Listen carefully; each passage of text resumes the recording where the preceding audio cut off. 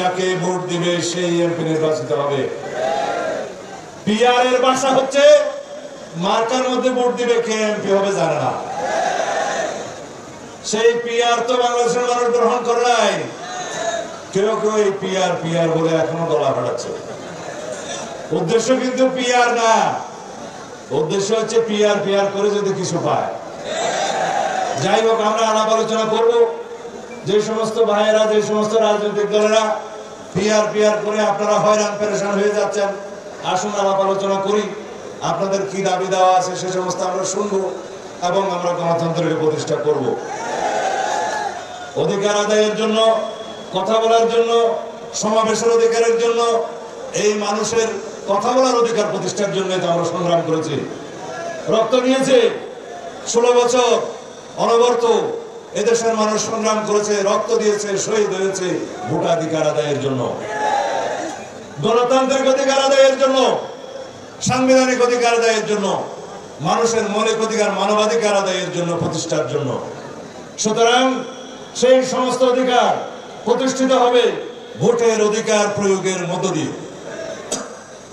যদি আমরা একটা সুষ্ঠু, নিরপেক্ষ, শান্তিপূর্ণ, অবাধ নির্বাচনের মধ্য দিয়ে, ভোটাধিকার প্রয়োগের মধ্য দিয়ে একটি জাতীয় সংসদ প্রতিষ্ঠা করতে পারি, একটি রাজনৈতিক সরকার প্রতিষ্ঠা করতে পারি, তাহলেই পরে আমাদের সে সমস্ত অধিকার বাস্তবায়িত হবে।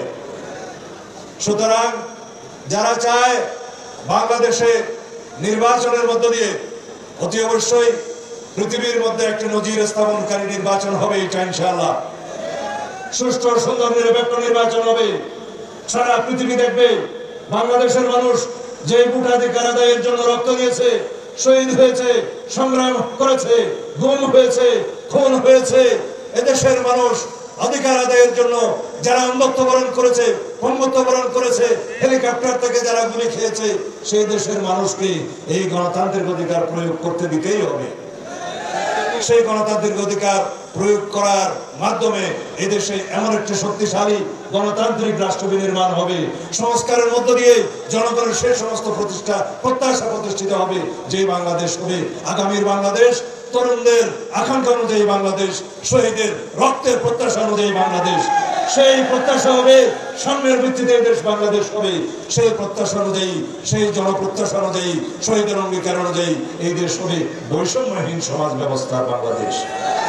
সেই বাংলাদেশ হবে ন্যায় বিচার ভিত্তিক বাংলাদেশ, যেই বাংলাদেশে কোনোদিন কোনো মানুষকে গণতান্ত্রিক সংগ্রাম করতে হবে না, ভোটাধিকার আদায়ের জন্য কোনোদিন রাজপথে সংগ্রাম করতে হবে না। সংগ্রামী ভাই ও বোনেরা, আমরা বিগত 16-17 বছরে এদেশের মানুষের অধিকার আদায়ের জন্য অবিরাম সংগ্রাম করেছি, ফ্যাসিবাদের বিরুদ্ধে সংগ্রাম করেছি, ফ্যাসিস্ট শেখ হাসিনাকে এদেশ থেকে পালিয়ে যেতে বাধ্য করেছি এবং শেখ হাসিনা প্রমাণ করেছে সেই বাংলাদেশের পক্ষের কোনো শক্তি নয়।